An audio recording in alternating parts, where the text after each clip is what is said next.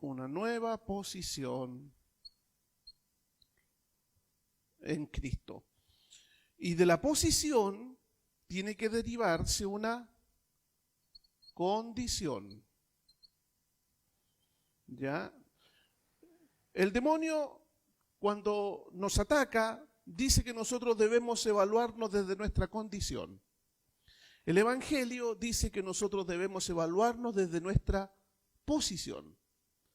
¿Ya? Porque si nos evaluamos desde nuestra condición, somos miserables, pecadores, depravados totales, etc. Pero el Evangelio nos dice que Dios en Cristo nos ha dado una nueva posición. Entonces, lo más importante para un creyente es la posición. Y de la posición uno saca su condición, desde la posición uno saca su identidad. Ya, la condición es lo que mi condición dice de mí mismo. La condición, lo que mi condición me dice de mí mismo. Y la posición es lo que Dios dice de mí en Cristo. ¿Ya? La posición. Vamos a poner ahí lo que Dios dice de mí en Cristo. De allí se deriva mi posición, lo que Dios dice de mí en Cristo, porque Dios dice algo de mí en Cristo. Dice varias cosas de mí en Cristo. ¿Ya? Y la condición es lo que yo digo, o el demonio, o el mundo, lo que yo digo de mí mismo. Lo que yo digo de mí mismo es mi condición. Entonces nuestra lucha cristiana siempre es la posición y la condición. Tendemos a evaluarnos desde nuestra condición y nunca nos evaluamos desde nuestra posición. Si nos evaluamos de nuestra condición, entonces vamos a evaluar todo lo malo que vemos en nosotros y vamos a construir nuestra identidad desde la condición. Estamos perdidos. Estamos perdidos porque nuestra condición es pésima. El Evangelio nos anuncia que tenemos una posición. Por ejemplo, todo creyente está vivo en Cristo. En Él está vivo. Siempre estamos vivos en Cristo. La frase importante es en Cristo. Una de las frases más repetidas en las cartas del apóstol Pablo. Muchas veces repetida. En Cristo. Esa es la frase más repetida. La clave está aquí, en. Esa es nuestra posición. ¿Ya? En lo que Dios dice de mí en Cristo, lo que me anuncia el Evangelio de lo que yo tengo en Cristo, me habla de lo que yo soy, ya, lo que soy en Cristo, me habla de lo que yo tengo, en Cristo. Permanentemente las cartas de los apóstoles están hablándonos de esas cosas, repetidas veces. Si observamos el capítulo 1 de Colosenses, versículo 27, el secreto es: Cristo vive en ustedes. Otra versión va a decir: Cristo está en ustedes. Entonces, en la Biblia encontramos en ustedes. Eso no es posición. Cuando dice que Cristo está en nosotros, no está hablando de posición, está hablando de condición. Cuando habla de Cristo en nosotros, del Espíritu en nosotros, está hablando de condición. La posición nunca habla de Cristo en nosotros, la posición habla de nosotros en Cristo. ¿Ya? Entonces ahí tenemos un versículo, Colosenses 1, donde habla de Cristo en nosotros. Pero cuando Cristo está en nosotros, no está solo, porque en nosotros está nuestro viejo Adán, nuestro viejo hombre. Entonces diríamos, si nos comparáramos con una especie de vaso, estaríamos así.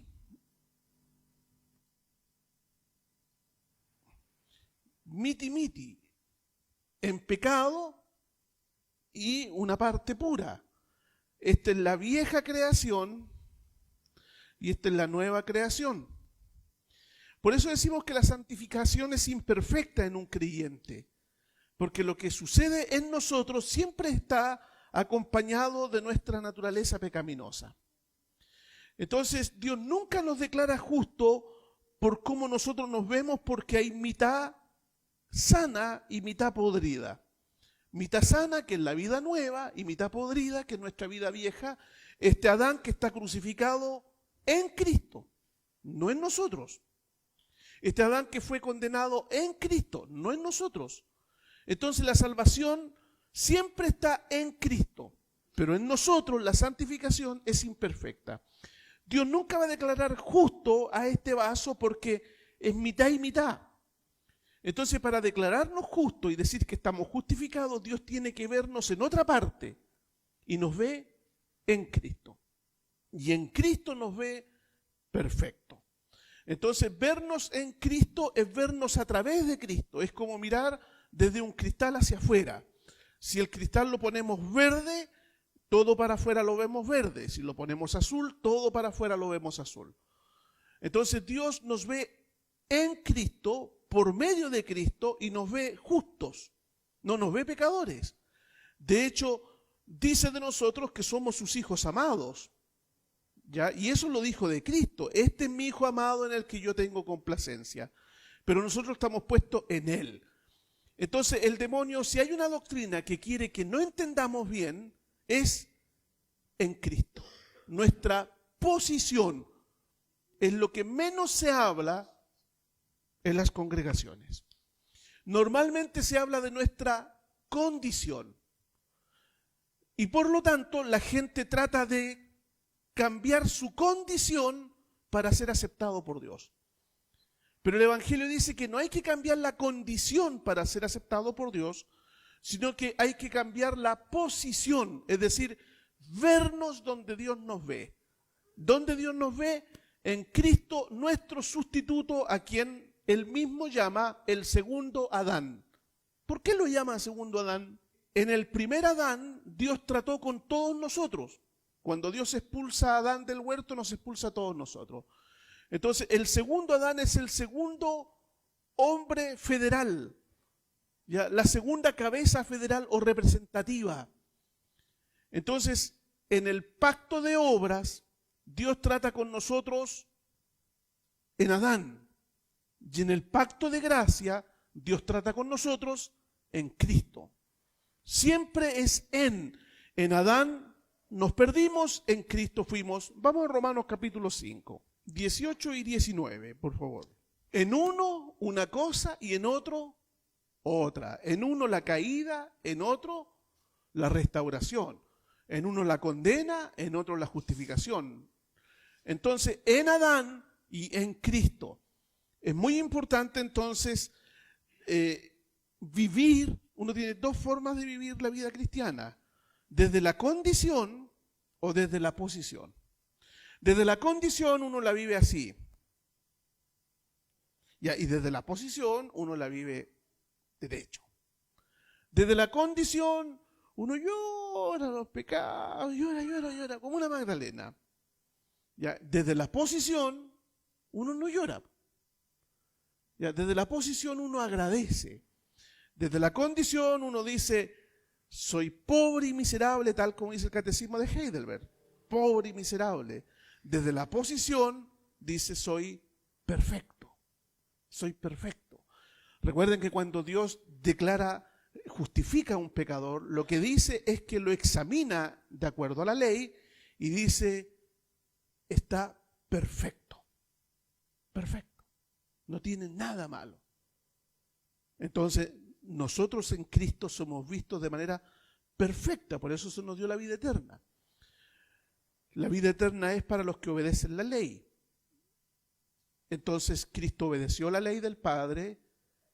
Cuando Él obedeció la ley del Padre, fuimos nosotros los que obedecimos la ley del Padre.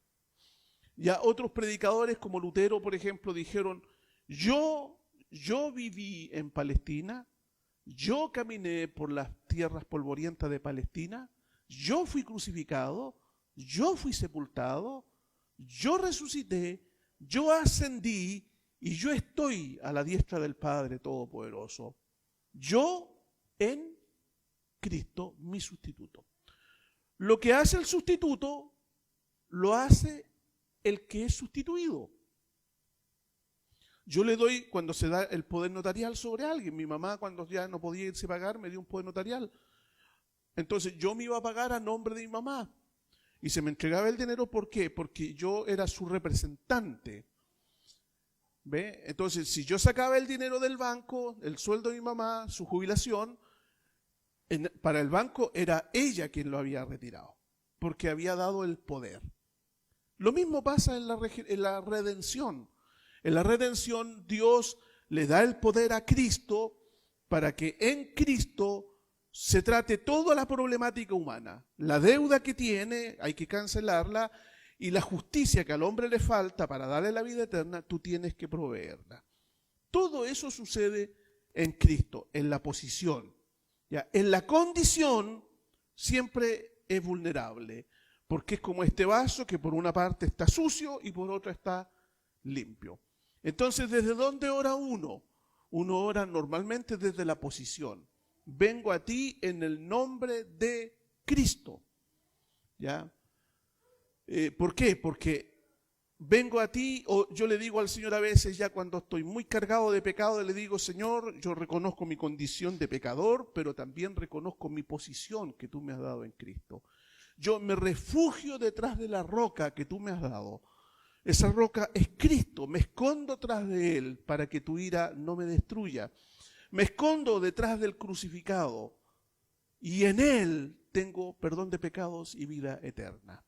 Por eso el apóstol dice, el que se gloría, gloríese en el Señor. La posición que Dios nos ha dado en Cristo. De esto Roma no sabe nada. La Roma papal nunca va a predicar el evangelio de la posición, siempre va a predicar la condición. Depende cómo tú estás, estarás con Dios. Si estás bien, estás bien. Si estás mal, estás mal. Los evangélicos siempre te hacen depender de tu condición y te lo preguntan, ¿cómo estás tú para irte al cielo si el Señor viniera hoy día? ¿Cómo estás? Mal, pues siempre va a estar mal, pero por fe el Señor dice, el que cree no vendrá a condenación, mas ha pasado de muerte a vida. ¿Ya? Dice, el que cree es mi hijo, el que cree tiene vida eterna, el que cree está justificado, el que cree es heredero, el que cree tiene todo, el que cree está sentado en los lugares celestiales conjuntamente con Cristo. El que cree, entonces el que cree, Dios lo pone en una posición porque ha creído. Bien, entonces la posición está por sobre la condición. Ahora, lo que Dios me dice a mí después en la Biblia es que yo viva mi posición. Es decir, haz que tu posición se transforme en tu condición. Vive tu posición. ¿Ve? Y eso nuevamente, igual como veíamos anoche, es lo que más nos cuesta. Vivir nuestra posición. Siempre vivimos nuestra condición. No vivimos nuestra posición. Bien, vamos a ver otro versículo sobre esto. Efesios 2:10, porque somos hechura suya, creados en Cristo Jesús para buenas obras, las cuales Dios preparó de antemano para que anduviésemos en ellas. ¿Dónde fuimos creados? En Cristo Jesús. Eso significa de que Dios en Cristo levanta una nueva humanidad. La nueva humanidad se origina en Cristo. El hombre que somos nosotros, ya pecador, depravado, corrupto, fue crucificado juntamente con Cristo. Fue sepultado con Cristo. Ya, por eso el apóstol dice, considerados muertos al pecado, porque fuimos sepultados con Cristo, porque Dios nos puso en Él. Es lo que dice por ahí una ilustración, ¿no es cierto?, que ya se las había hecho, pero para que no se nos olvide, es una ilustración muy buena. Vamos a imaginar que este sea un cheque, ¿ya? Y lo ponemos dentro del libro. Está en el libro. ¿Ya? Si yo pierdo el libro, pierdo el cheque. Si se moja el libro, se moja el cheque. Si se quema el libro, se quema el cheque. ¿Por qué? Porque el cheque está en el libro. Lo que le pase al libro, le pasa al cheque. Cuando Dios vino y dijo la redención va a consistir en poner en Cristo. Lo que yo hago con Cristo, le hago al que está en Él. Cuando el clavo de la cruz traspasa a Cristo, traspasa al que está en Él. Cuando es condenado a la muerte y es sepultado Cristo, yo estoy en Él. Cuando Dios me resucita a Cristo, yo sigo estando en Él. Cuando lo asciende, yo estoy en Él. Siempre estoy en Él. Dios trata conmigo en Cristo. Dios no trata nunca conmigo. Nunca conmigo. Dios trata con mi abogado, con Él. ¿Ve? Por eso yo puedo decir, como dijo Lutero, yo morí, fui sepultado y resucité en Cristo. Todo lo que le pasó a Cristo, mi Salvador, me pasó a mí. Todo lo que le pasó a Adán, me pasó a mí. Su muerte y su destierro es mi muerte y mi destierro, es nuestra muerte y nuestro destierro. Todo lo que le pasa a Cristo nos pasa a nosotros los creyentes. Así que el Evangelio habla de la posición y la santificación habla de la condición. Pero Dios nos salva por condición, nos salva por posición. Es decir, Dios primero trata con nosotros en Cristo, luego trata en nosotros por el Espíritu. Primero Cristo, luego el Espíritu. Si uno lee los evangelios, ¿quién viene primero? Cristo. ¿Y qué dice Jesús? Que es necesario que Él se vaya porque enviará su Espíritu. Primero es Cristo, luego el Espíritu. ¿Por qué trata después en mí? Porque yo ya soy de Él. Es la compra de un terreno. Yo compro el terreno, luego demuelo, luego limpio, luego construyo, pero primero lo compro. ¿Qué hace Dios? Compra en Cristo a la iglesia. Luego demuele todo lo que está mal en esta iglesia y construye la iglesia. Pero el terreno está comprado, es de Él, yo ya soy de Él. Entonces la justificación es primero, luego la santificación. La gracia es primero, luego las obras. Mi posición es primero, luego mi condición. Claro que hay una condición. Sin duda que hay una condición que se deriva de la posición. Si yo cambio el orden y creo que de acuerdo a mi condición voy a tener una posición, estoy fregado. Ahí se acaba todo. Porque si yo creo que debo primero tener una condición de justo, una condición de bueno, para que Dios me dé una posición de justo y una posición de bueno, eso es catolicismo romano y evangelicalismo. Por eso el evangélico nunca está seguro de su salvación, porque cree que Jesús lo único que hizo fue perdonar los pecados pasados, pero de aquí en adelante mi condición de vida va a determinar si yo entro o no entro al cielo. Es una herejía, una barbaridad, es un rechazo a la persona de Cristo, es un rechazo al pacto de redención, al pacto de gracia, es un rechazo a la obra representativa, federal, sustitutoria de Cristo. Entonces eso es súper importante. Creyendo esto se van al cielo. Así de simple.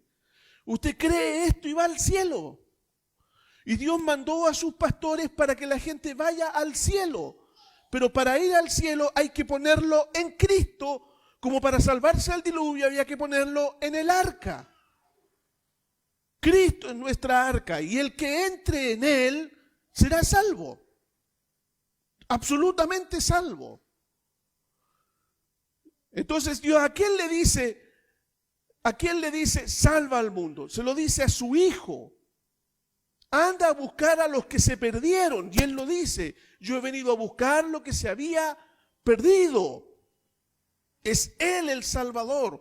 Él es el que nos busca. Él nos reconcilia. La Biblia lo dice, nos reconcilió con el Padre, reconciliados por medio de su sangre, por medio de su vida, de su obra, de su justicia y de su perfección.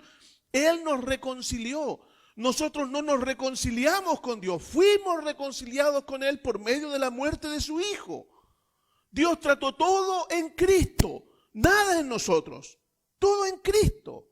Y luego nos llama a escondernos en Él, a refugiarnos en Él, a descansar en Él. Él es el Salvador, total y absoluto. Y Pablo dice que nosotros estamos completos en Él. ¿Se fija? Entonces es muy claro, el Evangelio es una buena noticia, una gran noticia. Todo se ha solucionado, todo está arreglado en Cristo, nuestro Salvador, nuestro sustituto. Bien, continuemos viendo los versículos. Habíamos dicho Efesios 2:10, Efesios 1:4. ¿Qué hizo Dios? Nos eligió en Cristo. Cuando nosotros allá en Linares jugamos baby, ya, baby fútbol, sí. Elige, por ejemplo, Andrés y elige el Héctor, ¿ya? Entonces uno ve cuál va a ser el equipo ganador, ¿ya? El equipo ganador está entre Andrés y Héctor. Entonces cuando uno dice el equipo ganador va a ser el del Héctor, uno no puede hacer nada porque el que está eligiendo es Héctor. Entonces ya cuando Héctor dice ya, el pastor también para mí, listo. Yo paso acá y digo, vamos bien, vamos a la segura. ¿Ya? Porque él es el que elige. Ahora, la Biblia dice que nosotros fuimos elegidos en Cristo. Elegidos nuevamente, en Él. Ya fuimos puestos en Él. Dios, de todo el género humano, Dios tomó a algunos y dijo, a estos los voy a poner en Él. ¿Y quién es Él? Y Él lo dice, este es mi Hijo amado, este es el Salvador, este es el que reconciliará. O sea, si yo soy puesto en Cristo, voy a la segura. Dios le dice a Cristo, no me dice a mí, ¿quién me va a decir a mí? A Cristo le dice, no vuelves aquí hasta que no hayas pagado todo lo que esos pecadores deben. No vuelves aquí hasta que los haya dejado perfectos, sin mancha ni arruga. No vuelves aquí hasta que todo esté bien. Por eso en la cruz Jesús dice, consumado está hecho. Y el Padre lo resucita porque cumplió con lo que le pidió. ¿Y qué le pidió? Que fuera el aval, el representante, el redentor de todos aquellos que el Padre puso en Él. Y al ponernos en Cristo nos hizo ganadores para siempre, aseguró todo nuestro destino, porque nos puso en el vencedor, nos puso en el que no sería vencido, nos puso en el que glorificaría toda la ley de Dios. Ahí fuimos puestos. O sea, apostó a ganador. Y Pablo dice que nosotros fuimos puestos en Cristo antes de la fundación del mundo. Entonces, cuando yo pienso, si Dios me puso en Cristo a mí, ¿qué debería temer? ¿Qué podría pasarme? ¿Qué podría acabarme a mí si estoy puesto en Él? Por eso Él dijo, no temáis manada pequeña porque mi Padre os ha placido daros el reino.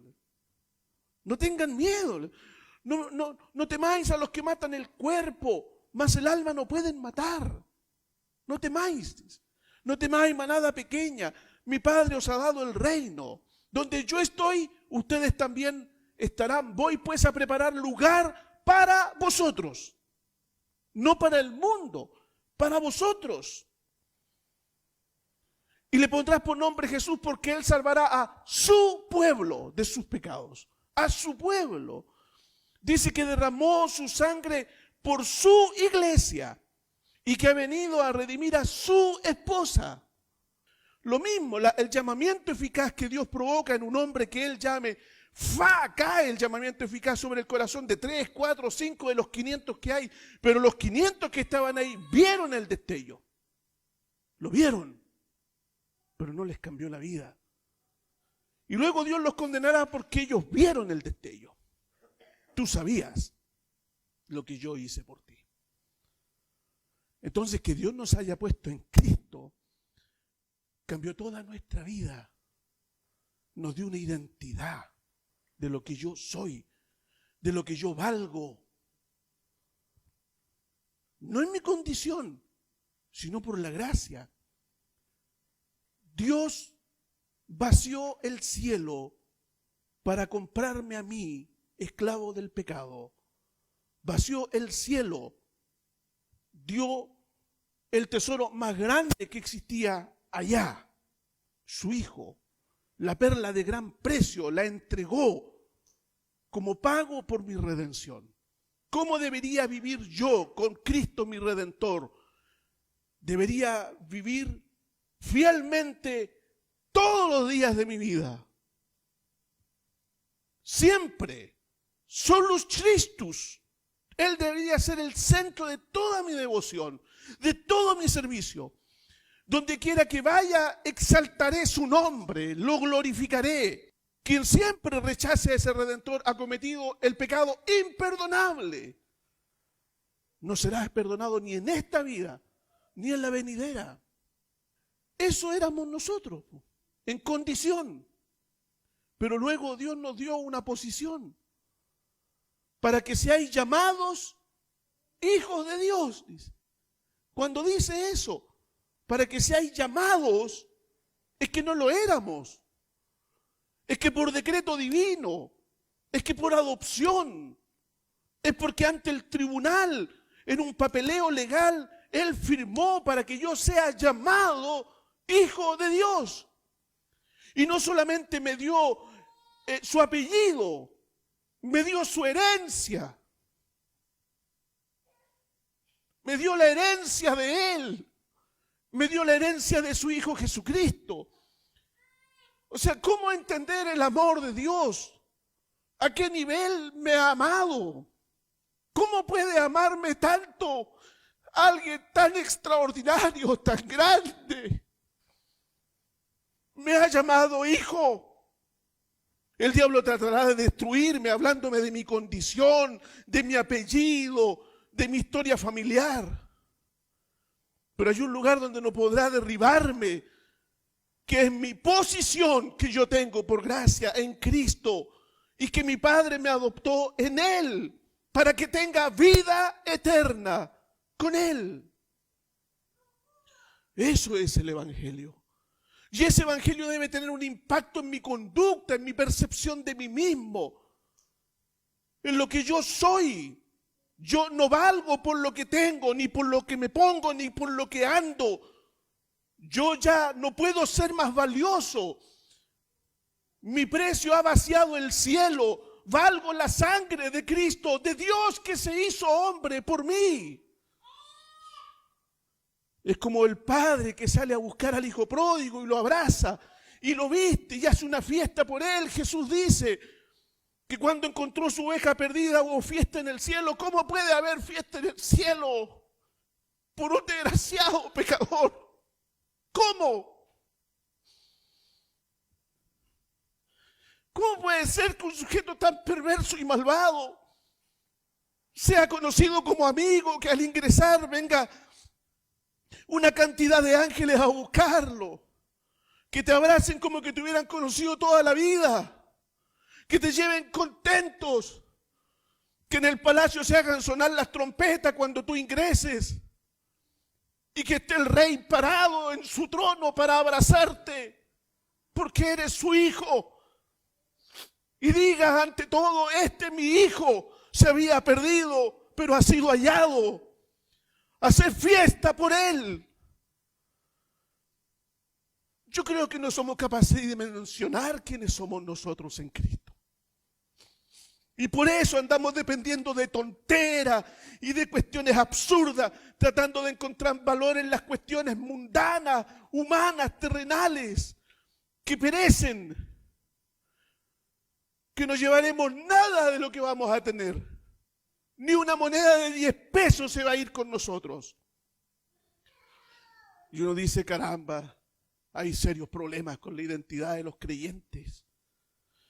La gente no ha oído el Evangelio, no conoce la riqueza que tenemos en Cristo Jesús. Apenas balbucean como un tartamudo algo que tiene relación con el perdón de los pecados, porque para ellos lo más grande es que fueron perdonados, porque no quieren ir al infierno. Eso es todo lo que querían, huir del infierno. No entienden nada de la gracia, que se traduce en una palabra tan simple: Dios ha tratado contigo en Cristo.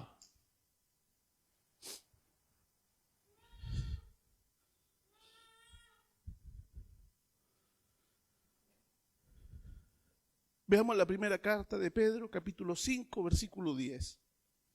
Mas el Dios de toda gracia, que nos llamó a su gloria eterna en Jesucristo, después que hayáis padecido un poco de tiempo, no sé si serán 50 años, 60 años, ese poco, pero para Él es poco.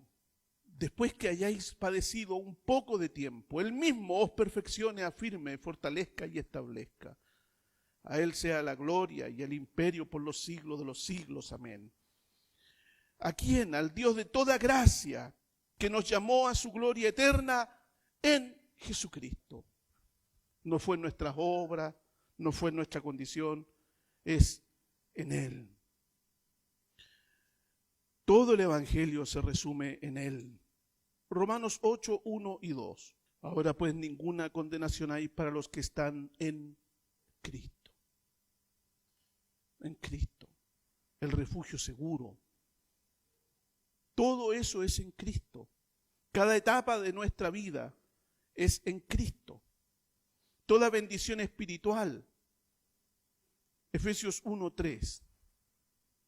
Bendito sea el Dios y Padre de nuestro Señor Jesucristo, que nos bendijo con toda bendición espiritual en lugares celestiales en Cristo. En Él. En Él tenemos una riqueza de la que no tenemos ni idea. Nos bendijo con toda bendición espiritual. ¿Y qué es lo que andamos nosotros siempre, hermanos, cuando oramos? Cuando salimos de Linares para acá, o nos vamos, si es que oramos y nos acordamos, orar ahora cuando nos vayamos. Decimos, Señor, bendícenos. Nosotros siempre andamos diciendo, bendícenos, Señor, bendícenos. Y Él dice que nos bendijo con toda bendición espiritual en Cristo. Él dice que hemos sido bendecidos en Cristo, con toda, no con alguna, con toda bendición espiritual en Él. Y nosotros andamos pidiendo bendiciones. No tenemos idea de lo que tenemos. No sabemos lo que tenemos, no sabemos quiénes somos. ¿Qué es lo que somos? No, yo soy un creyente, ni muy bueno, ni muy malo, dice, pero tengo perdón de pecado. Y ahí se resume toda la cuestión. Por eso no tenemos una mentalidad que trascienda a nosotros. Fíjense que nuestros padres de la Reforma le pegaron un golpe al mundo que trascendió por siglos. El golpe en Europa llegó a la última parte del mundo, que fue acá en Chile. El golpe se sintió hasta acá. Descubrieron lo que eran en Cristo. Y el grito de alegría y de gozo sonó por todo el mundo. Veamos otro texto. Primera carta de Juan 5:11. Él nos dio vida eterna y esa vida está en Él. Nuevamente en Él. Firmemente debemos estar arraigados entonces en Él. Dios nos ha dado vida eterna en su Hijo. Primera carta a Timoteo 1:14. La fe y el amor que hay en Cristo Jesús. Cristo Jesús es todo lo que Dios tiene para darnos. Nos ha dado todo en Él. Filipenses 4:19. Bien, mi Dios pues suplirá todo lo que os falta conforme a sus riquezas en gloria en Cristo Jesús. Y está hablando aquí de bienes materiales el apóstol. Los hermanos de Filipo están preocupados, Pablo está encarcelado. Y Pablo le dice, no se preocupen, hermanos, Mi Dios pues suplirá todo lo que os falta conforme a sus riquezas en gloria en Cristo Jesús. En Él Dios no nos va a desamparar. En Él nos ha dado todo. Debemos confiar en Él. En Él está el suplir de Dios en su totalidad. Colosenses 2:3. Bien, en Él. Todo allí está en Él. Y nosotros estamos conectados a Él. Porque Dios nos puso en Él y trató con nosotros en Él. Y la herencia la puso en Él. Él es la tierra que fluye leche y miel. Esa tierra de Canaán, la deseada, la anhelada, dice Hebreos, que entendieron que no era esa tierra, sino una patria celestial, y anduvieron por fe y murieron sin tener lo que Dios les ha prometido, porque está todo en Él. Yo voy a cumplir 57 años y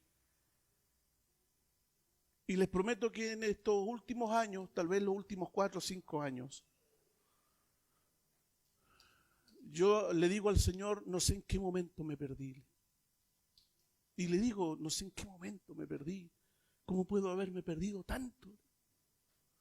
No sé si fue por la teología, entre muchas cuestiones. ¿En qué momento me perdí que te perdí de vista? Te perdí de vista. Perdí de vista todo lo que tengo en ti. Y en la medida que he ido entrando en edad, van apareciendo temores. ¿En qué momento te perdí de vista? ¿Cómo me puede pasar lo mismo que a los evangélicos, que lo único en donde ha quedado enfocada mi vista es que tengo el perdón de los pecados?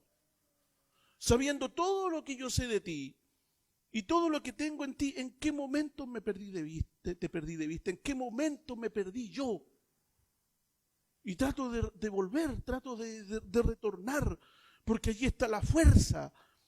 Yo tengo el discurso, pero me falta la fuerza. Tengo la idea, pero falta la fuerza. La fuerza del profeta, la fuerza de la convicción. Sé que es así, pero el camino está empedrado, no está allanado, no está liso. Y trato de tomar velocidad y me pincho los pies con el camino que está con granos. Y ¿en qué momento yo te perdí de vista? ¿En qué momento me perdí yo? Sé que tengo vida eterna, sé que soy tu hijo, pero sé que debiera haber trascendido, no yo, sino tu gloria ha trascendido por medio de mí. Si tu gloria no trasciende por medio de mí, aun con todo lo que yo sepa, sigo siendo un pobretón, porque la riqueza de un creyente es que tú seas glorificado. La alegría de un creyente es que tu nombre, toda rodilla caiga delante de ti. El gozo de un creyente es ver rendidas las almas ante Jesús. ¿Y en qué momento me perdí de eso? Si eso es lo que anhelé cuando era joven, es lo que anhelé cuando era un muchacho. Ayuné, pasé largas vigilias, pagué precios elevadísimos para eso. Y hoy día que soy viejo, ¿cuándo me extravié? ¿Dónde me extravié? Y le digo a Dios, vuélveme en el lugar. Retórname a aquel punto en el que surgieron las promesas que sin duda las vas a cumplir. Pero no quiero sentirme así, quiero sentir tu poder, tu energía que brota de una certeza profunda. Uno se puede extraviar en el camino, hermano, haciendo el bien, haciendo cosas buenas. Puedes perder el rumbo, porque puedes perder la excelencia, deteniéndote en aquello que tú crees que hay que hacer, cuando Dios te ha llamado para decir, tú debes hacer. Eso que hay que hacer lo hará otro. Él tiene otros remeros dentro del barco. Y uno a veces se detiene como un remero a ayudar a personas y olvidas aquello para lo cual Dios te templó, para lo que te sacó filo. Y deja de ser la espada que Él quiere usar para hacer rodar la cabeza de su adversario. Y te detiene en los mundos pequeños de los pequeños. y le doy vuelta y pienso, ¿dónde me extravié? Porque, hermanos, estos mensajes son fabulosos. Es una realidad genial. Pero le falta una fuerza demoledora que cambie tu identidad. Con las cosas que el Señor dice, no améis el mundo, ni las cosas que están en el mundo. Porque ama el mundo y las cosas que están en el mundo, no tiene el amor del Padre en él. ¿Quieres saber si esta persona tiene el amor del Padre en él? Escucha qué es lo que ama. Y vas a saber si tiene el amor del Padre en él. Entonces, ¿qué ha pasado? No hay una visión de la posición, de la riqueza. Y todavía andamos buscando una condición. Y creemos que la condición pasa por la educación, pasa por el título. Cuando escucho a los chiquillos en la academia, y dice, vamos a sacar un diplomado. Está bien que saquemos un diplomado en el sentido de que tuvimos unos estudios. Pero hay que lograr la licenciatura y voy a hacer el doctorado. El doctorado. Y dice, está bien, ya hace un doctorado. Pero luego tú empiezas a hablar del doctorado y del doctorado. Y uno dice, ¿qué cuestión a ti te da sentido a la vida? ¿Dónde está tu plenitud? Si la Biblia dice que nosotros estamos completos en Él. ¿Por qué buscas completar tu vida en ello en vez de en Él? Entonces tenemos un problema grave en la comprensión de nuestra posición que tenemos en Cristo el Señor. Todo fue dado a la iglesia. Todos los ministerios son de ustedes. Las denominaciones secuestraron los ministerios. Los ministerios fueron dados a la iglesia, a los creyentes. Este mensaje deberíamos darlo en Santiago lleno, pero las denominaciones no lo van a permitir. Por eso secuestraron a las personas. El Señor dice, todo lo que está ahí es tuyo. A Abraham le dijo, todo lo que pisare la planta de tu pie es tuyo. Todo es tuyo. A lo ancho de la tierra, todo es tuyo. ¿Ve? Entonces, tenemos un problema con creerle a Dios. Porque hay una diferencia, hermano. La gente afuera cree en Dios, que no es lo mismo que creer a Dios. Los cristianos le creemos a Dios. ¿Ya? Entonces, nuestra alegría reside en que todo lo que el Padre tiene es mío. Ahora, ¿en qué momento Él me va a entregar parte de lo que es mío? Eso lo determina Él. ¿Dónde me va a llevar? ¿Dónde me va a poner? ¿Lo que me va a dar? ¿Dónde voy a vivir? El éxito o el fracaso que voy a tener, el impacto o poco impacto que vaya a tener, lo determina Él. Lo determina Él. Todo está ahí. Pero nosotros, hermanos, luchamos, hacemos maraña, sacamos del camino a golpes a aquellos que creemos que amenazan nuestros éxitos y nuestros logros. De esa forma actuamos como los mundanos para mantener una posición y que nos va a costar cara porque nos hemos salido del camino y hemos decidido vivir por obras y no por la fe. Pero al que cree, la Biblia dice, todas las cosas le son posibles, porque al creer nos conectamos y somos puestos en aquel que todas las cosas son posibles. Su omnipotencia está a nuestro servicio. Su omnipresencia está a nuestro servicio para que recurramos a Él. Bien, ¿qué deberíamos decirle al Señor? Perdón, ¿no es cierto? Perdón.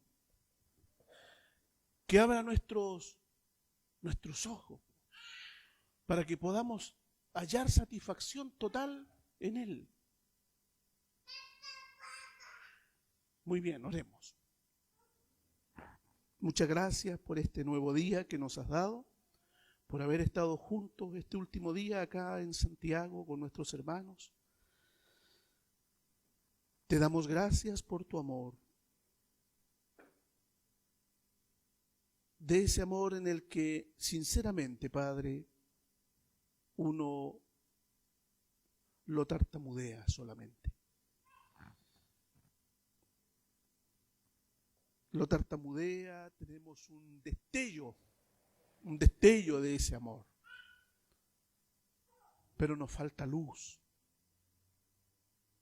Tu palabra tiene que impactarnos más. Porque si no, Señor, los ojos espirituales que nos ha dado no tendrán el alcance suficiente que debe tener nuestra visión espiritual, nuestro entendimiento espiritual, nuestra comprensión espiritual. Nuestra miopía tiene que ser curada por la revelación de tu palabra, principalmente por el Evangelio que nos dice lo que tú has hecho por nosotros y para nosotros en Cristo, nuestro Señor. Nos has dicho que si necesitamos te pidamos, que si hay algo que requiramos lo busquemos. Buscad, llamad y se os abrirá. No tenéis porque no pedís. Nos dices en tu palabra. No tenemos porque no pedimos. Pienso solo en eso, Señor, y qué cosa nos estaremos perdiendo. Ni orar sabemos, Señor. Y qué decir de todos nuestros pecados, de todas nuestras insatisfacciones, de todas nuestras oraciones mal hechas, del criterio tan infantil, Señor, que tenemos de ti, de tus riquezas y de lo apegado que estamos al mundo y los placeres, donde también queremos meterte y lograr sacarte un placer vestido de la religiosidad, vestido con fe.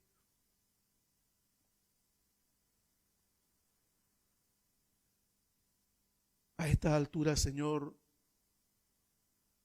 ninguna joya fraudulenta debería estar compitiendo con la perla de gran precio de tu herencia. Pero todavía, Señor, tú estás entre las cosas buenas que tenemos. Tú eres lo único bueno y de ti se derivan todas las otras bondades.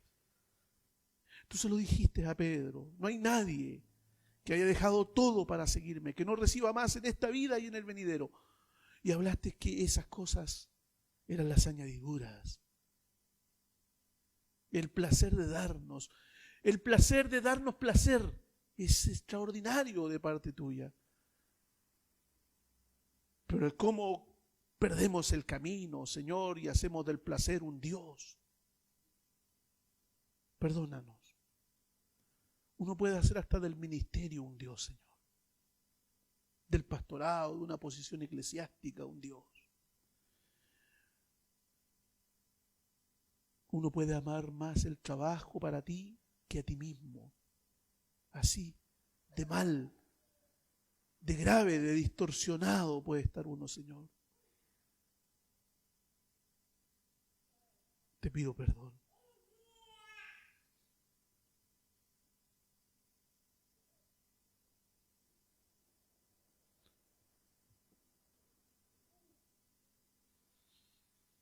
Más cuando ya uno es viejo, Señor, y lleva años pastoreando. Y sigue cometiendo actos tan vergonzosos para alguien de la edad espiritual de uno. Siempre vamos a tener que depender de tu gracia. Nunca podremos pararnos sobre nuestros méritos, Señor. Está tan distorsionado tu carácter en nosotros. Tratamos de agradarte cuando tú nos amas, como se ama a un hijo. Tratamos de llamar tu atención. Parece que tuviéramos un trauma que nos hace creer que tú no nos amas, que eres un Dios rígido, exigente. exigente, sobreexigente, al que hay que satisfacer, un verdugo.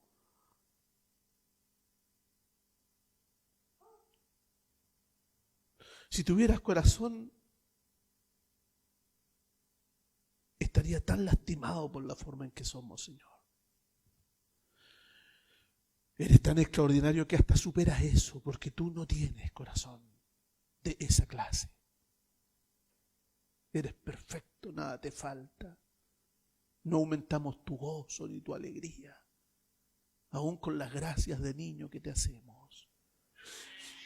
Solamente nos amas con un amor incomprensible, inconmensurable, inmarcesible, infinito.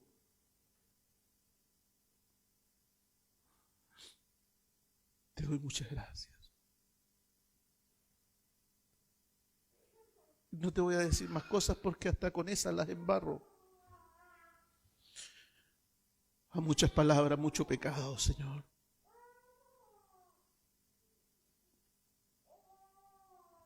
Habiendo sido encontrado por ti, todavía sigo siendo perdido.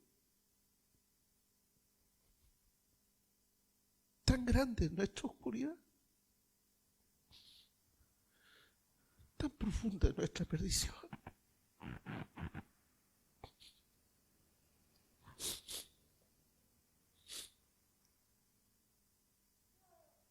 Es probable, Señor, que vayamos en trayecto a la casa. Y en este instante seamos la oveja que carga sobre tus hombros, habiéndonos encontrado. Camino a casa, Señor. Esa casa llena de luz y de gozo, donde nuestros ojos espirituales se abrirán definitivamente y veremos las cosas como son. Ya no por fe, sino por vista. Pero ahora, como dijo tu apóstol, nuestro hermano Pablo, vemos como en un espejo, a oscuras. Perdónanos, porque esos espejos nos confunden, Señor. Lo bueno es que no somos nosotros los que te vamos buscando. Lo bueno es que tú ya nos encontraste. Solo que no logramos ver la dimensión de dónde estábamos perdidos y de lo que significa haber sido encontrados. Pero estamos en buenas manos. Nadie nos quitará de tu mano, Padre, ni de la mano de tu Hijo. Gracias por Jesús, por tu amor, por tu perseverancia. Y siga bendiciéndonos con esa bendición espiritual que ya tenemos en Cristo Jesús. Que allí esté toda nuestra satisfacción.